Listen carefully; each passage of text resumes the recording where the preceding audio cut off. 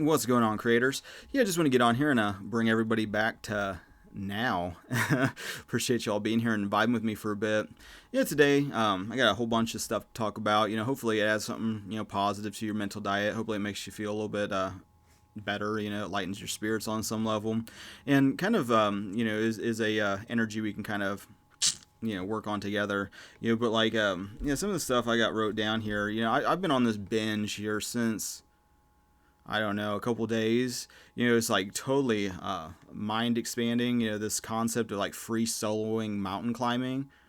Holy shit! It's just like I've been down, like, I watched this movie on Netflix. I highly recommend checking out if you just like to vibe in other people's energy.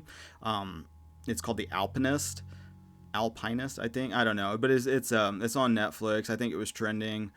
So check it out. It's eye opening. Some of the shit these guys are doing is unbelievable, and just without a rope, that's like kind of like free soloing is like all about. It's just like just thousands of feet up in the air without a rope on just little tiny ledges and shit. And it's just like, you're watching it the whole time, like, trying to like kind of vibe in that energy, and it is intense. And you're just even thinking about it just like gives me like, I wouldn't say anxiety, but it's like, it definitely has like a physical just like reaction in me, mainly because like I've been never on a mountain or anything. Like, around here it's so flat and everything. I've never, like the Appalachian hills and stuff, but that's not something I experience, any of that. No, nor have I even seen like a snow-capped mountain, so that's like kind of my level of like that. But like, there's a guy, Alex Honnold, I had that wrote down. Like, he's got a documentary about his where did he, Yosemite, I think. Let me look this up. Free Solo is the name of the documentary that this guy's in, but I think he was out in Yosemite National Park. 900-meter vertical rock. I'm pulling this up on just Google here. Like 900-meter vertical rock face as this dude climbed without a rope. Fucking unbelievable. I like, my experience with climbing anything, is like limited to ladders, and like, and even on, climbing rickety ladders and shit can be intense, especially if the ladder starts to kick out. I fell off of a ladder. I think it was like probably like a 10 foot. It wasn't that tall. I mean, it was just like a front porch, and I was like painting the soffits and the fascia, and there was just like a tiny little spot that I missed. And I had the ladder like leaned into a bush because I couldn't get a good angle on it, and it was like really stupid that I was even doing that.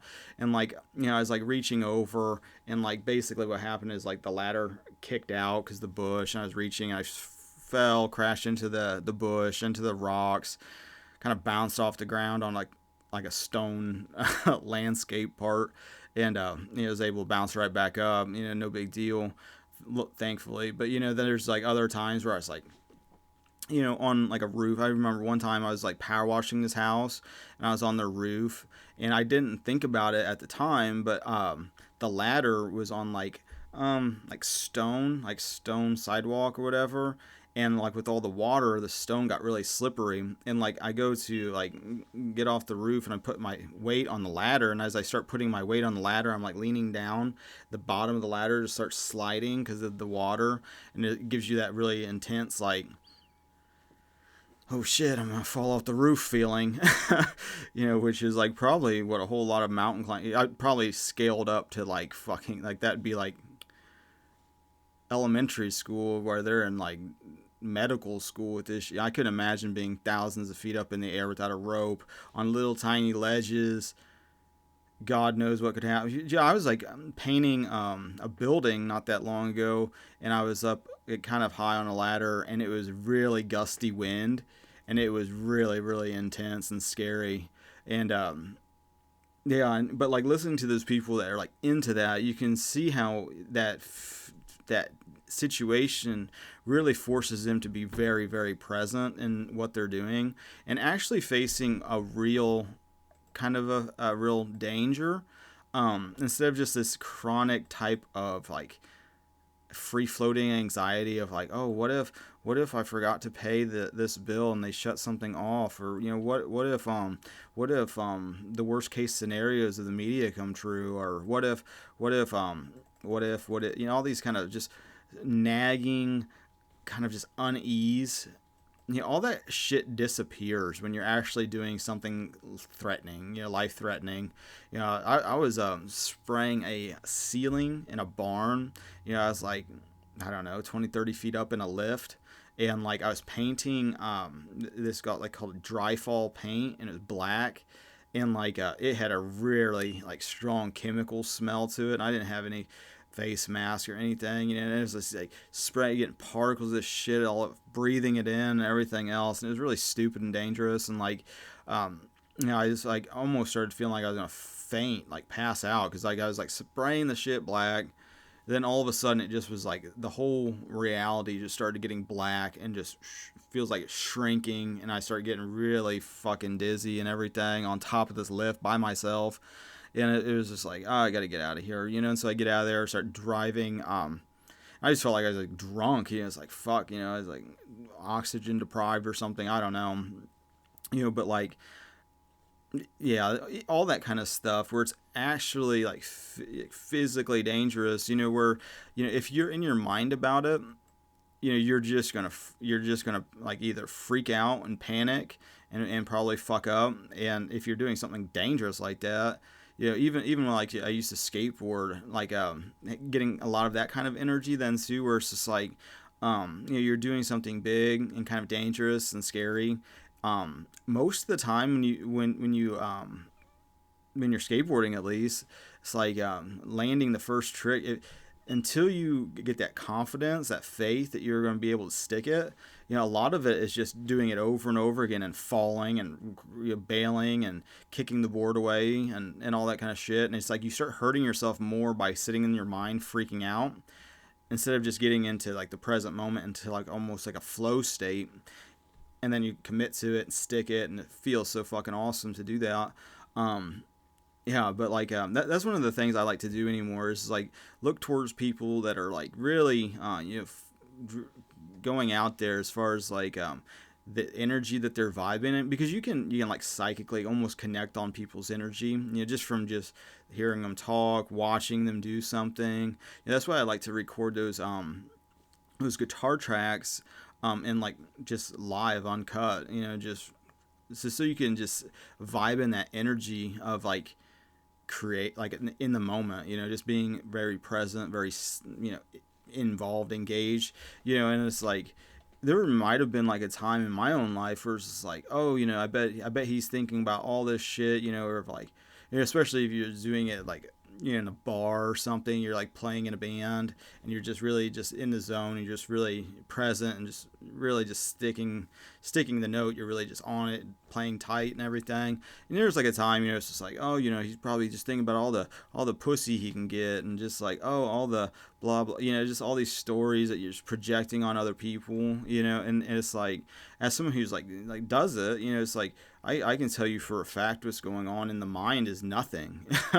As crazy as that sounds, it's just, it's not that mental activity. It's not that those narratives and stories and everything. It's just being 100% just present in the moment and engaged in what you're doing. Just being totally in that flow. And that's how I like to operate in my day to day, is keeping that kind of flow state. Hopefully, by doing that, kind of people match frequencies, which is pretty normal that starts to happen.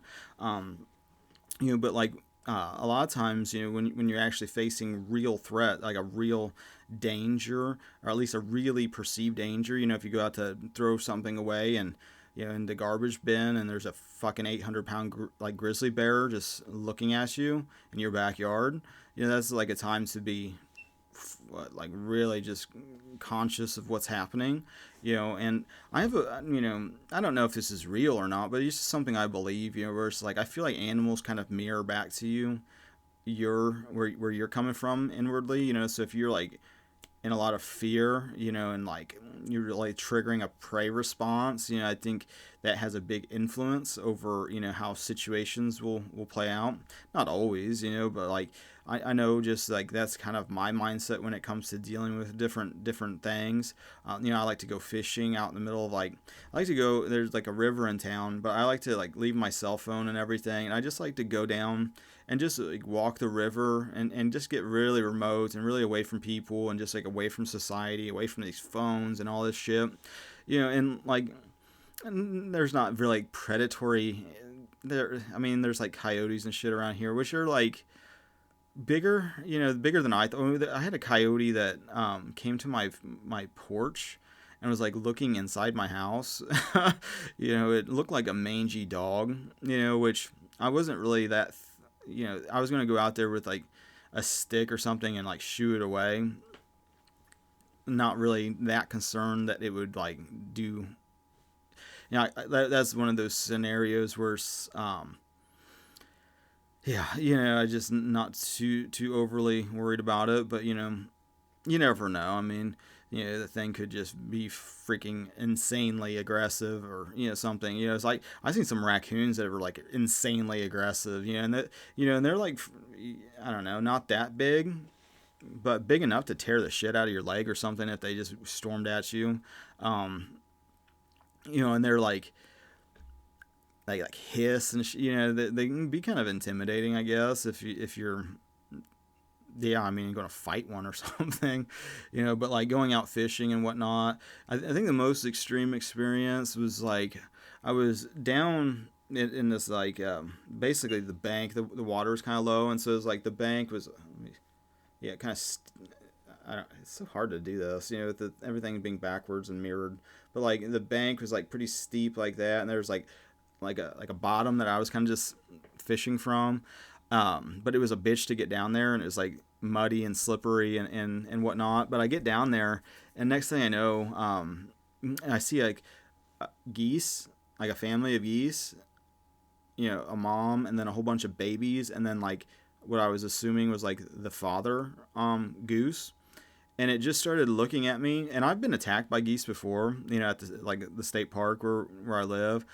People feed them and stuff, and so they can get kind of aggressive. I think they're naturally kind of aggressive, but like they're definitely aggressive when it comes to like protecting, like their offspring and stuff. And so like I'm sitting there, and this is like a pretty.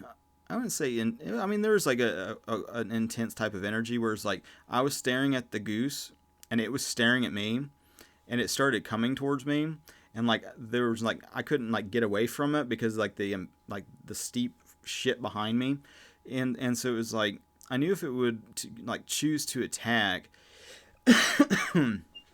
like I'd have to do something, I'll probably like try to attack it back, I mean, I'm not going to just sit there and get attacked by a goose and just let it happen, but like at the same time, I didn't want to, but, if the goose was going to fucking go for it, what else are you going to do, but like, it was just like this stare down, and it eventually just broke it off, floated down the river and whatnot. But that was like a really intense experience where it just like brings you directly into the here and now, which is a very, I'd say it's like ideal to be in this like here and now, because like sometimes you can get forced into that, when a tragedy's going on. It's like, my dog ate like rat poison. I didn't know if she was going to live or die that day, and like I did everything possible, to help the situation. I gave her charcoal, wrapped in like I think lunch meat or something like that, which I think was definitely helpful. But then it was just like staying present and just like a lot of emotions, a lot of like thoughts of what if, letting go of a lot of that shit, and then just like trusting that God's got this thing figured out. Part of this problem is just this mental activity that's not helpful, and more than likely drawing that undesirable outcome. And like it's the same thing with just like personal dramas and everything. It's like somebody's in the hospital, like the ICU or something. Maybe they're dealing with some serious like issue, that can take you from, thinking about tomorrow, thinking about next week, thinking about, your game plan, all this kind of shit, to just like what's going on right now. I mean, it's like, um, I feel like, the people that are doing this like free solo mountain climbing and shit like that, they have to have like such an extreme, mm, I don't know, just like an ability to just focus on the here and now, and like, I don't know if it's like a faith that they have, or like a trust, or what, or just like, getting some sort of um, enlightenment through doing, which I think is definitely a real thing, especially if you're like really hands on in creation, not just, I get sometimes when it comes to like just doing these streams, just doing music, where it's like, oh, you get really in your mind about it, really like, oh, how can I get more traffic? How can I get more attention? How can I get more um, people viewing, subscribe, all that kind of shit. Um, it's all like using your intellect, a lot to try to figure out this puzzle, where doing more hands-on stuff, and being really engaged with creation. It's like, with like the turkey experience I had, raising the turkey and going through the whole process of getting butchered and everything. It's like really brings you to this place of presence that's hard to describe unless you're in it. But like once you get in that zone, there's very little thought, and then there's very little worry and very little fear as you face these different fears that maybe just chronically rattling around in your mind, of these worst case scenarios or what ifs or whatever you're telling yourself that's like troubling. To focus instead on feeling good. It's like, is these stories that you're telling yourself, these fears and worries, and how does that make you feel? Probably constricted, probably anxious, probably just fearful. You don't feel good. You feel like shit. You feel drained. Where so much of that is just in the story that you're telling yourself about what's going on. It's mostly that the things you're telling yourself, that not feeling good is a sign that your thoughts are in error. So instead of sitting there wrestling with these different things and whatnot, it's important, especially if you're forced into the present moment because of like some actual real danger, maybe some like life-threatening situation, or whatever. To, instead of letting your mind run wild with worst case scenarios, to almost like get out of your mind altogether and just focus on the things in your space to handle.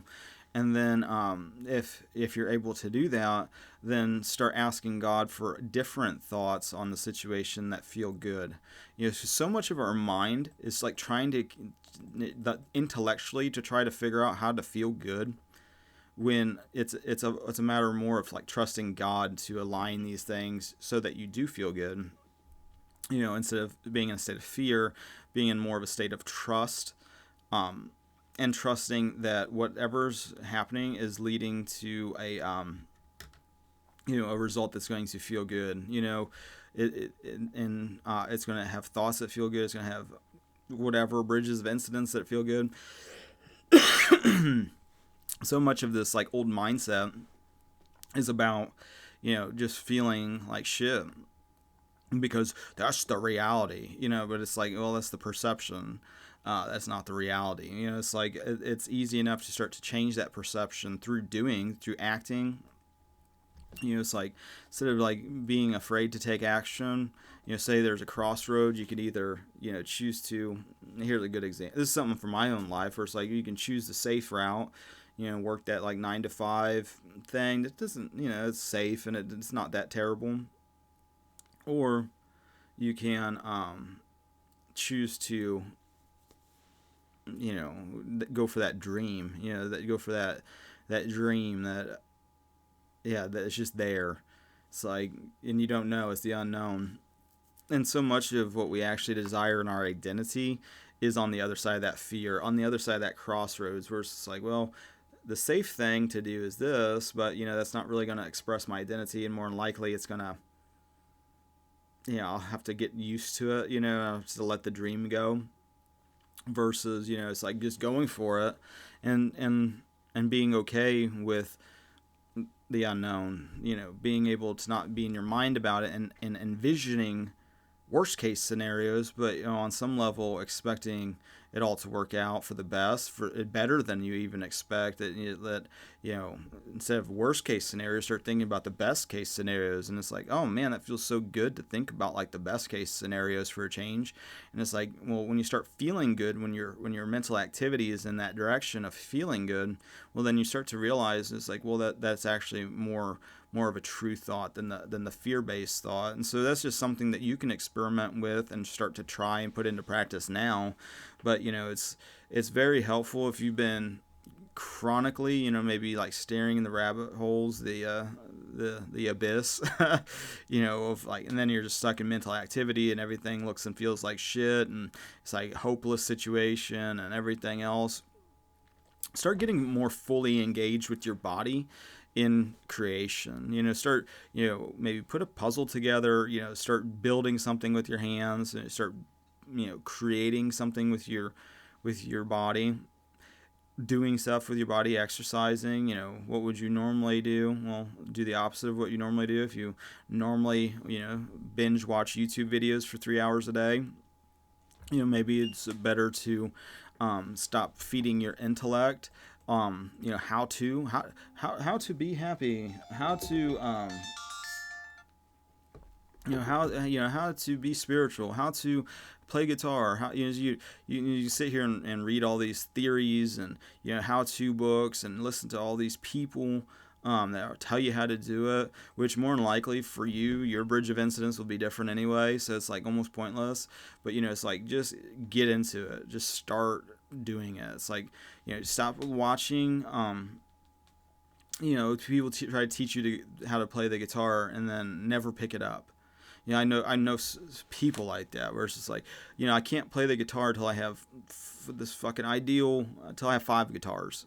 And until I have 5 guitars and a bunch of pedals and everything, it's ideal amps, then I can play. And it's just like, just start fucking playing. It's just like, you'll learn through the doing, and get out of the intellect that says, oh, I need to learn this much theory before I strum a C chord. It's like, you just start doing it, start getting engaged in creation, get out of your mind. The mind is a tool, not just the place to be. It's just, everything in creation, start to look at it, with God a little bit differently if you can. And like, one of the things that really sticks, I'm like kind of obsessed with this, like, free soloing, mountain climbing, for some reason. But like, in like, that they fully, accept the fact that going to climb this shit, they could fall and die. It's just like, so it makes everything, leading up to some of that shit, more gratitude, more excitement for just living, as you just face that unknown, face that fear of death, of like, this could be it. But death is an illusion. The opposite of life is not death. The opposite of death is birth. So it's like, you're just changing states. But there's also the fucking